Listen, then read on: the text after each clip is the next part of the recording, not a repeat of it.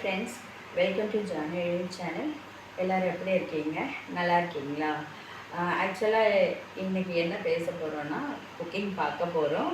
சிறுக சம்பாவில் ஒரு subscriber veg rice கேட்டிருக்காங்க. அதை நான் செய்து காமிச்சிருக்கேன். இன்னொரு சப்ஸ்கிரைபர் வந்து 8th தமிழுக்கான ரெக்வஸ்ட் கொடுத்துருக்காங்க. கண்டிப்பாக ஸ்டார்ட் பண்ணிட்டேங்க.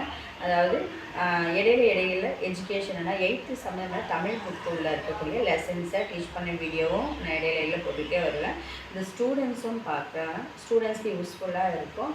அடுத்து ஹோம் மேக்கர்ஸ்க்கு குக்கிங் விதமாக யூஸ்ஃபுல்லாக இருக்கும். சின்ன சின்ன மெடிசின் சம்மந்தமான ரெசிபீஸும் போடுறேன், கவனிங்க.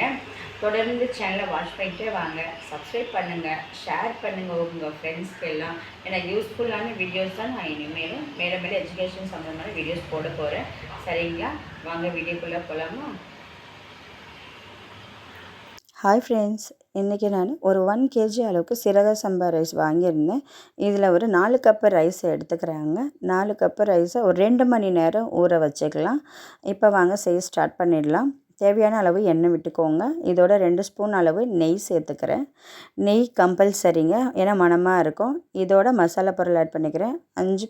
5 ஏலக்காய், 2 பட்டை, 4 கிராம்பு, 2 அன்னாசி இதழ், ஒரே ஒரு பிரிஞ்சி இலை. நல்லா அதை உடச்சிடுங்க பிரிஞ்சி இலையை. 4 பெரிய வெங்காயம் நீல வாக்கில் கட் பண்ணி சேர்த்துக்கோங்க. 3 பச்சை மிளகாய், 5 ஸ்பூனு இஞ்சி பூண்டு பேஸ்ட்டு சேர்த்துக்கிறேன். பெரிய தக்காளியாக ஒரு 4 தக்காளி எடுத்துக்கிறேன். அது 4 பாகமாக வெட்டிக்கோங்க. ஒரு தக்காளியும் ரொம்ப பொடிசாக அரியக்கூடாது தக்காளி.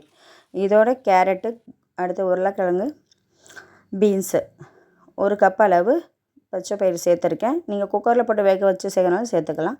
இந்த மிளகாப்பொடி வீட்டு மிளகாப்பொடி சேர்த்துருக்கேன். அடுத்து கரம் மசாலா 1 ஸ்பூன் சேர்த்துருக்கேன். பிரியாணி பவுடரும் சேர்த்துருக்கேன், அதில் 2 ஸ்பூனு. 1 கப்பு தயிர். இதோட 2 கைப்பிடி அளவு புதினாவும் மல்லி இலையும் சேர்த்து வதக்கிக்கலாம். இதை பார்த்திங்கன்னா 4 கப்பு ரைஸுக்கு 8 கப்பு தண்ணி பாதிக்கு பாதி சேர்த்துக்கோங்க. நம்ம காய் வேக போட்டிருக்கிறதுனால எக்ஸ்ட்ரா 2 கப்பு சேர்த்துக்கணும்.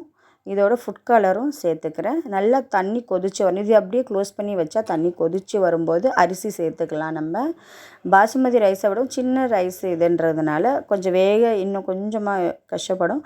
பட் நம்ம தம் போடுறதுல இருக்குது. அரிசி போட்டு ஹை ஃப்ளேமில் வச்சு க்ளோஸ் பண்ணிக்கோங்க.